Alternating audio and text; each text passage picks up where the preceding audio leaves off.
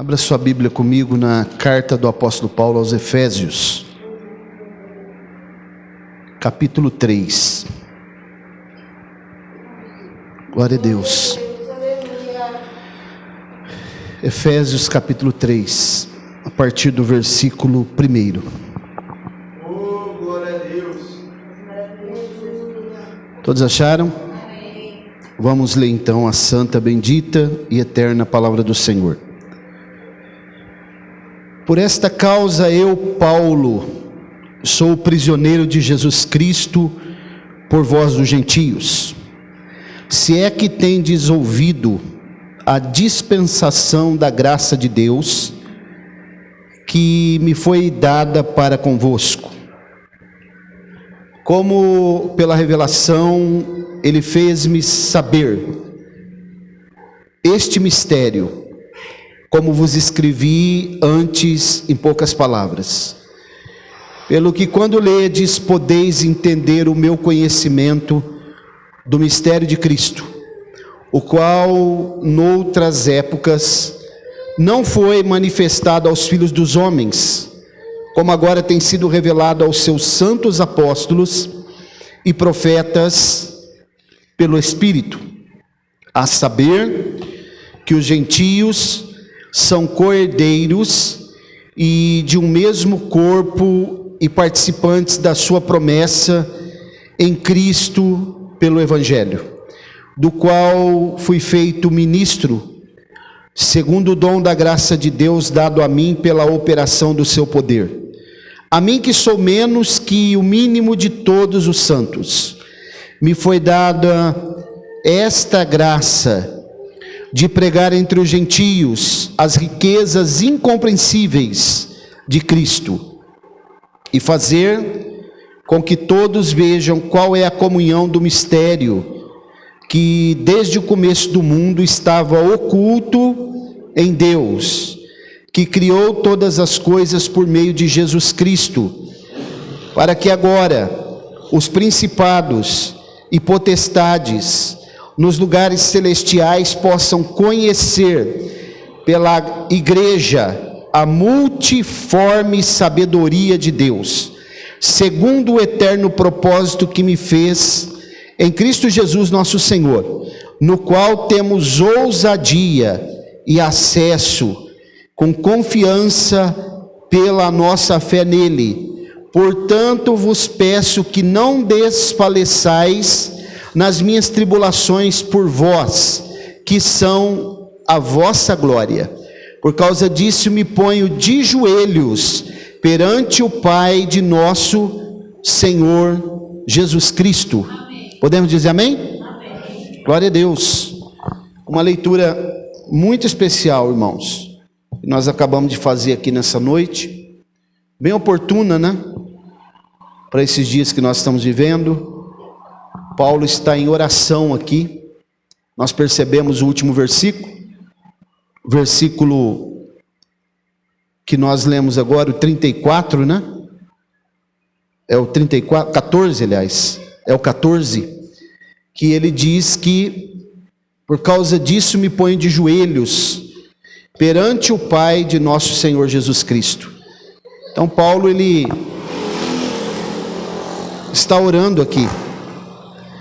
Irmãos, essa carta aqui que Paulo escreve para os crentes que estavam na cidade de Éfeso, capital da província romana da Ásia, é uma das cartas mais especiais que o apóstolo Paulo escreveu. Alguns eruditos, eles colocam esta carta no mesmo pé de igualdade com Romanos, que eu já expliquei que Romanos é a maior obra escriturística de Paulo. Mas os estudiosos, eles têm esta carta aqui como especial. Inclusive, Calvino, né? Ele dizia que era a sua melhor correspondência. E alguns estudiosos dizem que esta carta é a rainha de todas as epístolas. Tamanha a importância e a revelação que há nesta carta que Paulo escreve para os crentes que estão na cidade de Éfeso. Não obstante, irmãos, olha que interessante, quando a gente lê o versículo 1 do capítulo 1, a gente vai perceber que vai aparecer o nome Éfeso, Efésios, mas quando foi se ler os textos originais, não aparece esse nome aqui, Efésios. Por incrível que pareça, depois é que se foi subentender que essa carta estava destinada aos crentes que estavam na cidade de Éfeso. Porque a igreja que estava em Éfeso, ela foi plantada pelo apóstolo Paulo, mas ela foi pastoreada por João, o último dos pastores, né, da era apostólica, foi pastoreada por Timóteo, foi discipulada por Priscila e Áquila, foi também instruída por Apolo, que era um erudito nas escrituras, um judeu de Alexandria, né? Enfim, uma igreja especial que estava na cidade de Éfeso. Provavelmente, Paulo tem escrito esta carta quando ele estava na sua primeira prisão em Roma, na prisão domiciliar, que ele ficou ali por 2 anos, pagando o aluguel da sua própria casa e sendo vigiado pela guarda pretoriana, que era a guarda de elite do imperador de Roma. Porque quando a gente vai estudar um pouco mais a fundo, a gente percebe que Paulo, ele escreveu as suas 3 cartas pastorais, ele estava na prisão. A primeira carta a Timóteo e a Tito, e a carta a Tito, ele está nessa primeira prisão aqui, que ele escreve para os Efésios também. A última carta, segunda carta de Timóteo, ele já está na segunda prisão, que era a prisão que dali ele sai para ser morto, martirizado. Então essa carta, os irmãos vão perceber que muitas vezes Paulo vai dizer prisioneiro de Cristo, eu sou prisioneiro de Cristo, estou escrevendo em prisões, o evangelho não está preso, porque ele ficou preso muitas vezes. E quando ele fala prisioneiro de Cristo, ele está usando 2 conotações. Ele está preso mesmo na prisão e também o seu coração preso à missão que Deus havia colocado para ele realizar. Porque uma das coisas que nós precisamos entender, irmãos, é que nós temos algo a realizar para o reino de Deus. Cada um de nós aqui temos uma vocação para fazer. Mesmo que você diga, eu só quero vir à igreja, sentar aqui, assistir o culto, né? Assistir o culto, mas é claro que nós não estamos aqui para assistir o culto. Há um propósito, alguma coisa que nós precisamos fazer, realizar, para que o reino de Deus seja expandido. E o apóstolo Paulo, ele entende isso aqui com uma propriedade muito grande. Provavelmente essa carta ela é escrita entre o ano 55 e 56, né? Primeiro século, e destinada então aos Efésios. E Paulo, ele vai tratar um assunto aqui que às vezes nós não compreendemos bem, mas é preciso a gente estudar isso daqui e explicar para os irmãos. Há um propósito dessa mensagem e há um propósito da palavra mistério, que Paulo está citando aqui por várias vezes. Ele cita no capítulo 1, ele cita no capítulo 3, e depois ele vai fechar o assunto sobre o mistério no capítulo 5. O que significa essa palavra? Por que Paulo está escrevendo? Há propósitos eternos nesta carta aqui, assim como em toda a Escritura Sagrada. Mas aqui ela está muito aflorado, né? E aqui Paulo vai deixar muito claro o propósito da pregação para os gentios. Quem são os gentios? Todo aquele que não é judeu. Então Paulo, ele é vocacionado pelo próprio Senhor Jesus, durante o período que ele fica 3 anos lá na Arábia, no Monte Sinai, ali relendo o Antigo Testamento, sendo instruído os mesmos 3 anos que Jesus vai gastar com os outros apóstolos. Ele vai gastar com o apóstolo Paulo. Jesus já havia morrido, já havia ressuscitado, mas no capítulo 9 dos Atos dos Apóstolos, ele se apresenta para Paulo, que ainda utilizava o nome de Saulo, né? Que era o seu nome hebraico, depois que ele passa a usar o nome Paulo, que era romano, e ali Jesus se revela para ele, como aquele a qual o próprio Paulo perseguia. Quando ele pergunta, Saulo, Saulo, por que me persegues? E aí ele diz assim, quem és tu, Senhor? E ele diz, eu sou Jesus, a quem tu persegues. Porque quem persegue a igreja, persegue o próprio Jesus, porque Jesus é a cabeça da igreja. Ele é o dono da igreja, ele comprou a igreja com o seu sangue derramado na cruz. Então, irmãos, há um propósito especial na vida do apóstolo Paulo e nesta carta que ele escreve para os crentes que estavam em Éfeso. Ele também vai deixar claro aqui, a respeito do plano de Deus para a redenção, incluindo os gentios, e que essa salvação, ela é gratuita, aliás, ela é pela graça, mas ela não é de graça. E quando nós lemos aqui que os gentios são co-herdeiros da multiforme graça de Deus, o que é ser co-herdeiro? Não é ser herdeiro. Co-herdeiro é ser participante com o herdeiro. O que é um cooperador? Aquele que ajuda a operar. Então, co-herdeiro, nós estamos, a igreja, os herdeiros quem são? São os judeus. Agora, nós somos co-herdeiros da multiforme graça de Cristo. Os irmãos sabem o que é multiforme? Graça de Cristo. Quando Paulo está falando isso daqui, ele está fazendo alusão a um lugar, as multicores. Os irmãos sabiam que só no Brasil, só aqui no Brasil, existe 1 milhão de tonalidades de verde? Só no Brasil? Paulo está fazendo uma alusão a todas as cores que existem no mundo.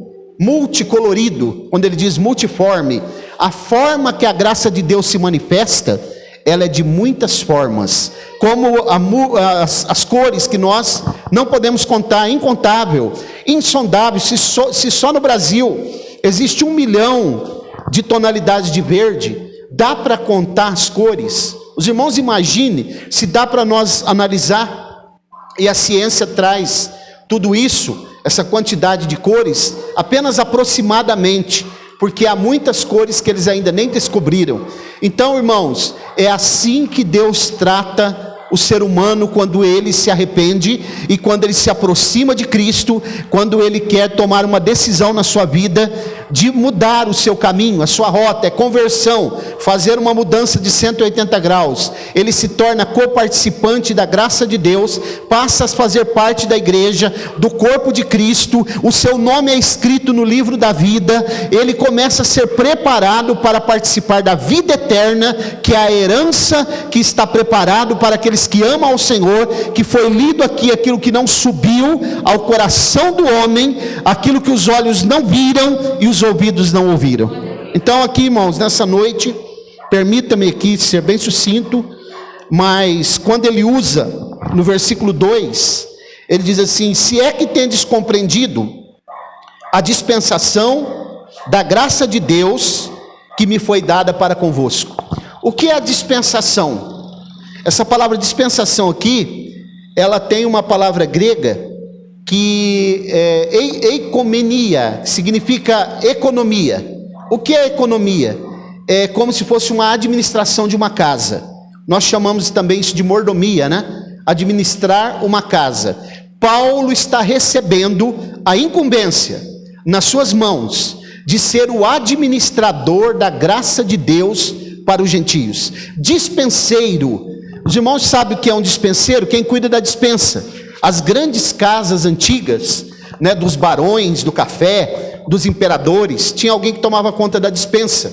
E ele era o responsável por ir até a dispensa, observar na casa o que estava faltando, os suprimentos da casa, e ele ia até a dispensa, e ali ele trazia, e ia colocando, como, por exemplo, um serviço de logística, que antigamente chamava almoxarifado, numa empresa, hoje é logística, que ele vai e busca aquilo que está faltando, as ferramentas, e vai abastecendo a empresa.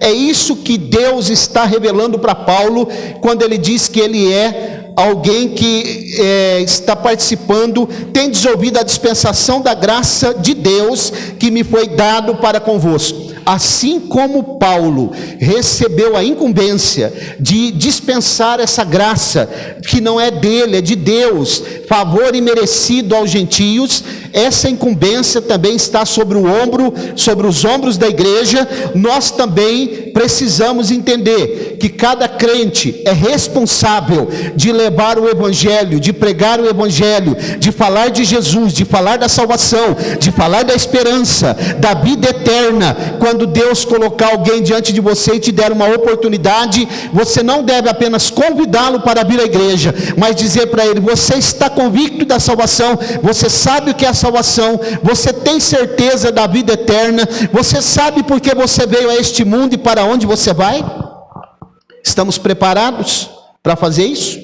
Paulo, irmãos, era um judeu, né? Ele fala hebreu de hebreus, alguém que era zeloso pela religião do judaísmo, mas Deus, Jesus, tira ele da religião e coloca ele agora para ser o dispenseiro da graça de Deus. Os irmãos já pararam para pensar que responsabilidade será responsabilidade? Será, Sirleide, responsabilidade alguém ser dispenseiro lá na empresa Cutrale, ter que abastecer todos os outros departamentos com ferramentas, com suprimento, com aquilo que os encarregados vão pedindo? Deve ser uma grande responsabilidade. Imaginem ser dispenseiro da multiforme graça de Deus, que nós nem podemos imaginar como ele se revela, como essa graça é revelada, porque se ela é multiforme e ela é muito maior do que todas as cores que eu aqui mencionei, como Deus trabalha. Por isso que a nossa capacidade, ela é tão pequena de entender como esse Deus trabalha, como ele faz, como ele age no dia a dia, como ele vai se revelando para os homens, como ele vai criando situações que nós pensamos que é coincidência, mas que não é coincidência, é o trabalhar dele, é ele que está executando alguma coisa, como ele vai colocando pessoas no nosso caminho para nos ensinar lições. E eu disse aqui, acho que foi ontem ou terça-feira, que todas as pessoas que vão passando pela nossa vida, essas pessoas nos trazem lições, ou lições positivas ou lições negativas. As positivas para nós imitá-las, as negativas para que nós não façamos a mesma coisa. Então, irmãos, que nesta noite nós possamos compreender o mistério que Deus tem para cada um de nós. E esta palavra mistério aqui, ele está se referindo à igreja. Vamos ler um texto, Efésios 5:32. Aqui ele vai, a Bíblia interpretando ela própria, ele vai fechar o que significa a palavra mistério. Observem. 5:32. Glória a Deus. Olha lá. Grande é este mistério, mas eu me refiro, eu falo a Cristo e a igreja. Perceberam que a palavra mistério no Novo Testamento está se referindo à igreja? Por que a igreja, irmãos? Porque a igreja, ela é composta de todo tipo de pessoas, judeus, gentios. Tem um outro texto que Paulo vai falar, citas, bárbaros.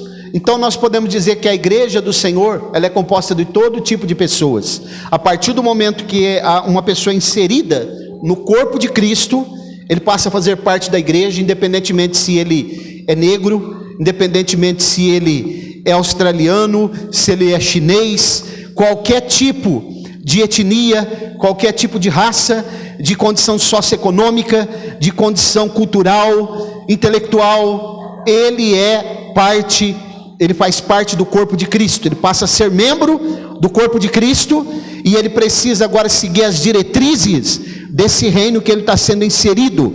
E qual é o manual, qual é a constituição desse reino? É a palavra de Deus, que nós acreditamos, que nós pregamos, que nós ensinamos, que nós profetizamos, que nós recebemos a revelação dela para a instrução, para a admoestação da nossa vida e para que nós possamos melhorar e trabalhar em prol desse reino. Então, irmãos, quero mostrar para vocês aqui que o apóstolo Paulo, ele vai falar algo aqui muito interessante. Ele diz assim que em outros tempos, olha o versículo 11, diz assim, versículo 10, para que agora, o 9, eu vou ler o 9, o 10 e o 11, e fazer com que todos vejam qual é a comunhão do mistério que desde o começo do mundo, observem, esse mistério não apareceu assim, desde o começo do mundo, ele estava oculto em Deus, que criou todas as coisas por meio de Jesus Cristo, para que agora os principados e as potestades, quem são estes? Os demônios que estão acampados nos lugares celestiais, no espaço, que eu falei aqui, que ele vai tratar com mais propriedade no capítulo 6, e eles possam conhecer pela igreja a multiforme sabedoria de Deus, segundo o eterno propósito que fez em Cristo Jesus nosso Senhor, no qual temos ousadia e acesso com confiança pela fé nele.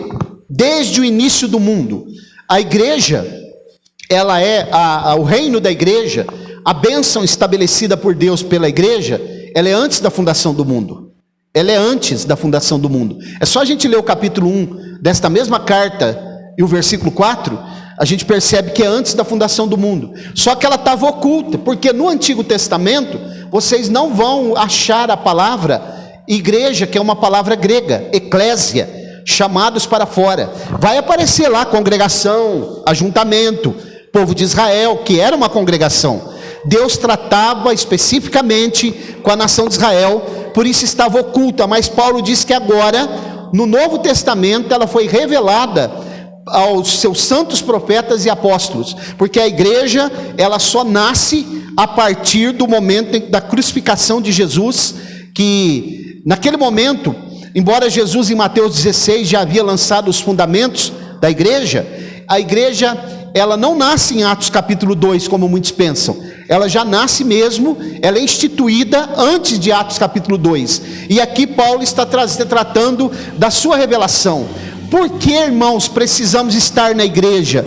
Por que precisamos fazer parte da igreja? Muitos dizem, não preciso da igreja, não precisa ir à igreja, não preciso ser membro de uma igreja. Quem instituiu a igreja, quem estabeleceu a igreja e chamou de minha igreja, foi o Senhor Jesus Cristo. É só ler o capítulo 16 de Mateus, o capítulo 18 de Mateus, quando ele diz a minha igreja, e em 16 ele diz assim ainda, as portas do inferno não prevalecerão contra a minha igreja. Então Paulo aqui ele está revelando que a igreja é a palavra mistério, que ficou oculta no Antigo Testamento, mas agora é revelada. E daqui eu parto de um pressuposto agora para que nós possamos entender uma coisa muito especial.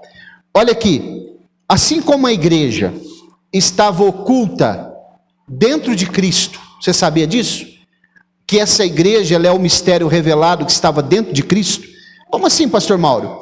Porque quando Jesus estava lá na cruz, os irmãos vão se lembrar que era costume quebrar as pernas daqueles que estavam crucificados, se eles não tivessem morrido ainda, porque os corpos não ficariam no sábado, na cruz. Então eles quebravam as pernas para que a pessoa morresse. Acontecia algo que é chamado crurifrágio, porque quando as pernas eram quebradas, a pessoa ficava sem suporte e o corpo descia, e nesse momento era quase que instantânea a morte, porque a pessoa sufocava, ela morria sufocada. Eles quebraram as pernas dos 2 ladrões salteadores que estavam crucificados junto com Jesus, mas quando eles foram quebrar as suas pernas, o profeta Isaías já havia vaticinado que nenhum dos ossos do seu corpo se quebrariam. Então Jesus já havia morrido. Eles não quebraram as pernas de Jesus. E então, para poderem então concretizar e ver se realmente Jesus, ter certeza se Jesus estava morto, eles vão pegar uma lança e vão introduzir do seu lado. E a Bíblia diz que nesse momento sai água e sangue. Ao sair água e sangue, tem 2 significados. A água, ela tipifica a vida divina, que também tipifica a palavra. O sangue tipifica a vida humana. Então, nesse momento, o mistério oculto que estava dentro de Cristo está sendo revelado. A igreja, assim como Cristo também é um mistério de Deus, que estava oculto no Pai, antes que ele viesse ao mundo. E como a mulher também é o mistério oculto que estava dentro do homem. Da onde foi que a mulher saiu? Do lado do homem, assim como da costela, assim como a igreja sai também do lado de Jesus. Por isso que quando às vezes nós lemos em alguns contextos, até aqui na carta aos Efésios, no capítulo 5, a palavra mulher, ela tipifica a igreja. Porque, irmãos, a igreja é a instituição maior que Jesus estabeleceu, a família, depois a igreja, porque há um propósito dele para a igreja. Se você quer mesmo encontrar-se com o Senhor, servi-lo, ser esperança da vida eterna, fazer parte do corpo de Cristo, você precisa estar na igreja, você precisa ser membro do corpo de Cristo, você precisa valorizar a igreja e saber de uma coisa: Jesus Cristo vem buscar a sua igreja, a sua noiva, a sua eleita, aquela que ele comprou com seu próprio sangue, para que eu e você pudéssemos fazer parte dela. Glória a Deus. Então a igreja, irmãos, ela é um instrumento coletivo, um instrumento coletivo. Como nós podemos mencionar ou pensar sobre isso como um instrumento coletivo? Porque quando a Bíblia trata sobre eleição, eu já falei isso aqui algumas vezes, ela não está falando de nós individualmente. O Paulo, ele é eleito, a Roberta é eleita, não é isso. Ele está falando coletivo. A eleição que a Bíblia trata, ela é cooperativa, não é corporativa. É o corpo de Cristo que é eleito. Essa eleição é antes da fundação do mundo. Vamos ler um texto, Efésios 1:4, que eu citei aqui. Glória a Deus. Observem. Efésios capítulo 1, versículo 4. Olha o que a Bíblia vai nos ensinar. Como também nos elegeu nele. Nele, estava dentro dele. Antes da fundação do mundo, para sermos santos e irrepreensíveis diante dele em amor. Perceberam? Antes da fundação do mundo, pela presciência de Deus. Por que presciência? Porque ele sabe antecipadamente. Antes da fundação do mundo, a igreja já estava eleita. Porque a presciência é um atributo dele, que ele já sabe o que vai acontecer antes que aconteça. Então ele elegeu. O que é eleição? Escolher. Como assim? Ele escolheu um indivíduo? Não, ele escolheu o corpo, a sua igreja. Por isso que nós acreditamos que uma pessoa pode perder a sua salvação. Porque enquanto ela está inserida no corpo, a eleição é para o corpo, não para o indivíduo, não individualmente. Então eu estou no corpo, eu estou eleito. E predestinado, qual a predestinação? Salvação. Eu fui eleito e predestinado a ser salvo. Não existe predestinação dupla, como muitos pregam assim, um grupo foi criado para ser salvo, outro grupo foi criado para ser condenado. Não, todos aqueles que se arrependerem, confessarem os seus pecados, confessarem a sua fé em Cristo publicamente, professar publicamente e invocar o nome do Senhor, como diz lá em Romanos, ele passa a fazer parte desse mistério chamado igreja, corpo de Cristo, sendo ele judeu, sendo ele gentio, sendo ele asiático, sendo africano, sendo da América do Norte, da América do Sul, de onde for ele, se ele crer em Jesus Cristo, ele faz parte do corpo de Cristo. Nesse momento que nós estamos aqui, em muitos lugares, há pessoas louvando o nome do Senhor, exaltando a Ele, pregando essa palavra, cantando louvores. Ali está a igreja de Cristo. Ela não é fragmentada, ela não pode ser dividida, porque o corpo de Cristo não pode ser dividido. Nós fazemos parte do mistério de Cristo. E como Paulo, ele vai dizer no outro texto assim, que os homens nos considerem como dispenseiros da graça de Deus. Se você e eu somos parte desse corpo, nós temos a responsabilidade de levar para alguém também, para que ele conheça. Você falou para alguém já? Eu estou indo na igreja. Você não quer ir à igreja comigo? O que eu vou fazer lá na igreja? E você vai dizer para ele, você vai lá para você saber por que você veio a esse mundo e para onde você vai. Porque eu vou fazer o que na igreja? Para você saber qual é o plano salvífico da salvação que Deus tem para o homem. O que Deus tem preparado para o homem. Porque, irmãos, ninguém aqui no mundo caiu aqui de paraquedas. Não foi explosão cósmica, viu? Nada disso. Não foi cegonha que nos trouxe. Não foi abóbora. Não somos filhos de chocadeira, não é? Nós somos criados, nós temos um Criador que criou todas as coisas. O nome dele é o Senhor, Deus Todo-Poderoso. Jesus é o nome dele. Então, se você quiser ser uma pessoa feliz, eu quero concluir já. Essa igreja é como instrumento, né? A revelação de Paulo que ele recebe, que ele é o pregador dos gentios. Porque aqui, então, irmãos, se você ler essa carta com atenção, você vai perceber que Paulo vai usar duas expressões aqui: nós e vós. Quando ele fala nós, ele está falando judeu, porque Paulo era judeu. Quando ele fala vós, ele está falando gentios. Todos somos propensos a ser salvos, desde que nós temos a vontade, né, de ser salvo. Eu vou concluir dizendo para vocês, Paulo aqui, irmãos, ele está trazendo ele está um passo à frente, né? E mostrando tudo aquilo que Deus pretende para o homem, para a raça humana. Deus não criou o homem aqui debalde, à toa, para o homem apenas viver aqui, comprar carro, comprar casa, comprar mansão, comprar fazenda, se formar, trabalhar.